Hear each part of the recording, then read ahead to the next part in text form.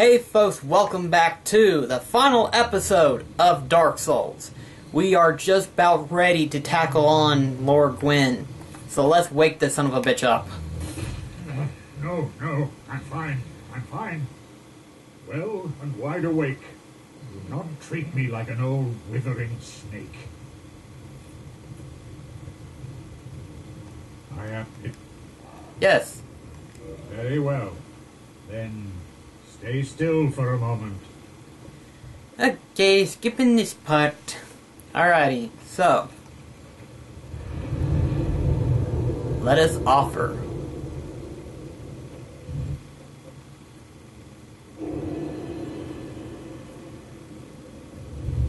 I like how my character looks. He looks pretty awesome.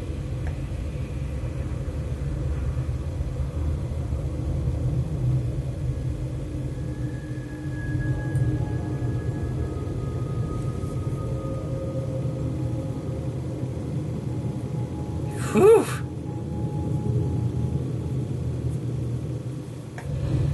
Quite the door.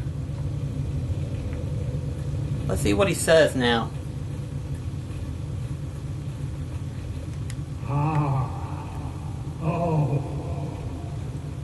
The Lord Vessel is satiated, magnificent. You are the righteous successor to Gwyn, the new great Lord, and I am King Seeker no more. Your acquaintance was an honor. I must admit, I am fond of you humans.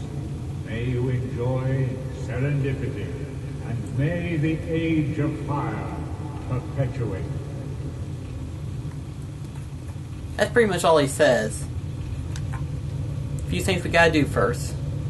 Alrighty, we're pretty much ready now. So let us continue forth for the final chapter. I think this part right here is pretty cool. Of how the knights are just walking by. It's pretty cool.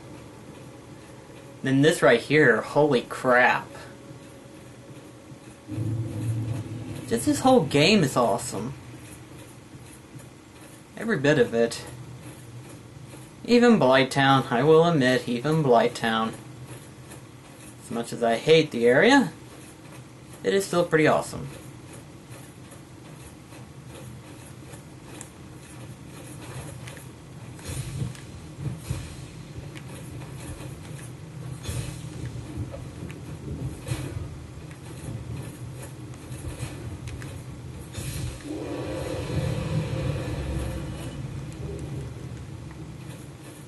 I still remember the first time I walked through here, those knights were kicking my ass.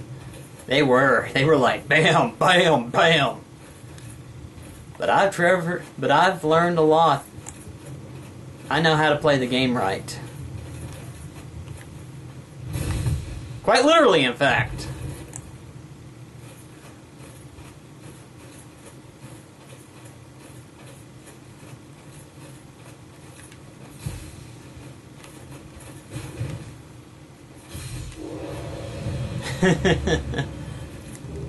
I can still kick ass in this world.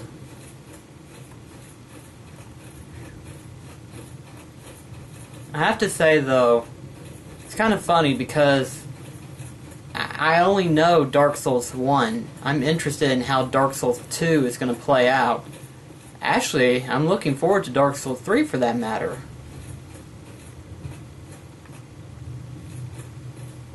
I mean, just the whole experience itself is going to be amazing. Am I going the right way? Yeah, I think I am.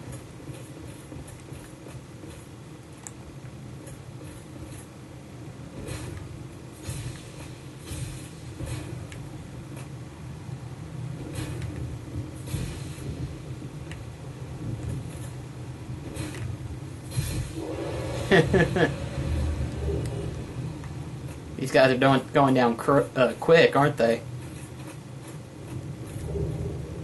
Don't really need them. I have to say though, this playthrough of mine is definitely it's a lot better since I'm more aware of what's going on. But I'm looking forward to something else too. Summoning Solaire. This is the first time I've ever summoned him in this area, mostly because I didn't know how to. But now, we do. Come on, nice Solaire. Let us kick butt.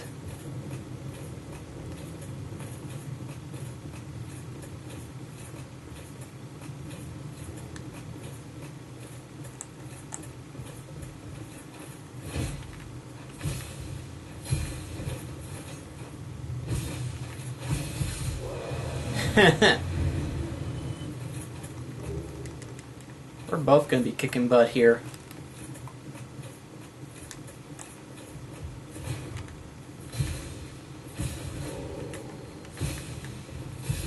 There we go. Okay, relax, Solaire. This is it.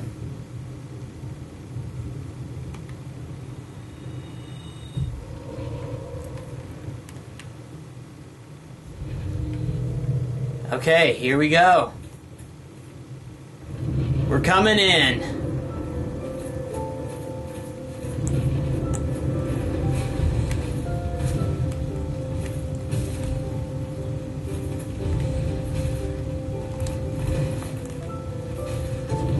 Holy shit.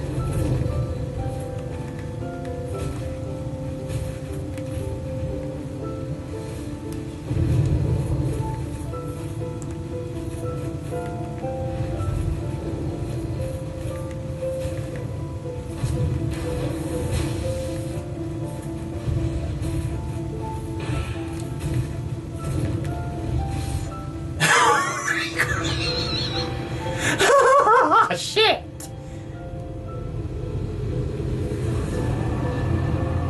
Well,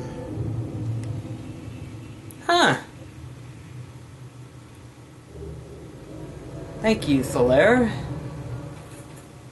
I was not expecting that fight to be that quick, but my heart was pounding already.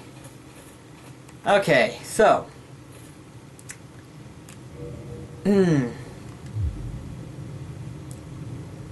We defeated Dark Souls.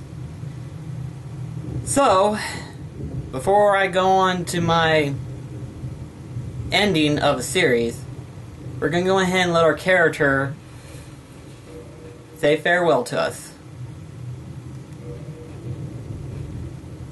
Thank you, Blackcross 3.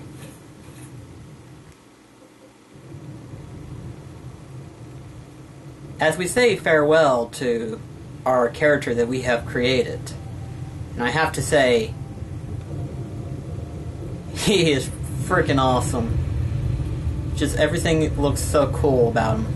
The way he looks, the way he's been powered up like that, just holy crap. At any rate though, yeah. That's the end of Dark Souls 3, or Dark Souls. I'm about to say Dark Souls 3. Not even close to it yet. Not even close. At any rate though, so, Dark Souls. It is still as good, if not as great as I remember first playing it. I know what I said about Bloodborne. I said that I think Bloodborne might be better than Dark Souls. It is technically, in terms of gameplay-wise. Gameplay, it is so much better, it's just so much smoother. But that's only because it's had time to make that. It had time to get to that point. Dark Souls was more of an aftermath of what Demon Souls became. And I think that's why Dark Souls got its popularity, because it is a more successful version of Demon Souls. In fact, more successful than what Demon Souls could be. Because Demon Souls, it was just that. It was just a hard game. There was nothing else, you know? I mean, it had like a very vague lore. I'm guaranteed there is more lore to it, but not as big. Not as big as Dark Souls has. Dark Souls is way bigger, way more invested in its lore. From the items that you attain, from the bosses themselves, to the actual areas. I mean, the lore just is so humongous. You have to play it just to have a scratch of the lore itself. There are hundreds of YouTube videos out there, if not thousands for that matter, of people who have come up with theories as well as different ideals of the lore behind Dark Souls. One of my personal favorite, Mont, I'll put his channel on the description as well, but he has done theories as well as a playthrough of both Dark Souls and Dark Souls 2, as well as done some of Bloodborne. And for those of you that are like needing a natural video walkthrough, HunterStarcraft is the one to go to as well, because he literally tells you exactly where to go to get certain ones, shows you places per places. The only thing that kind of ticks me off is that he never showed Ash Lake, so I had trouble trying to find it the first time. But regardless, I think really, in all honesty, I think Dark Souls is more of my favorite based on overall. Just the design, the lore, the backstory, the characters, everything about it is just so interesting. And I think it's important to have this in all of your games. Otherwise, how else are you going to stand out above all others? And that's to have a charm factor. That charm factor is like a small little thing that lures audiences to playing games. And if you want your players to get invested in a game, like I had been with Dark Souls, you need to have something that picks up the audience's attention. Something that grasps their imagination and pulls them in. And if you have that charm factor, chances are it's going to become even bigger than what you pictured yourself. I mean, there are a bunch of games out there that have just had that charm factor that has gotten the media's attention full force. Splatoon is, for example, it has a charm factor as well. A very neat charm, for that matter. Before it was released, a lot of people were afraid that it couldn't match up to an IP that Nintendo had created. And now that it's been released, Nintendo has gotten a new IP that is so well popular and so well familiar that everyone plays it. Same way with Dark Souls. Dark Souls is more of a game than what Demon Souls and Bloodborne could be. Mostly because of the fact that it has that charm factor that everyone adores. And I think that what makes Dark Souls more of my favorite than Bloodborne is because of the fact that it has that. It's really luring, it's very interesting, and every bit of it is entertaining and fun. So for any of those of you who have probably been interested in playing Dark Souls, do pick up a copy of Dark Souls. There's Prepare to Die edition, then there's Dark Souls 2, which has the re-updated version for the PS4 as well as PS3, for those of you who probably don't have one. So, I mean, yes, and then also the fact that you also got the fact that Dark Souls 3 will be coming out soon.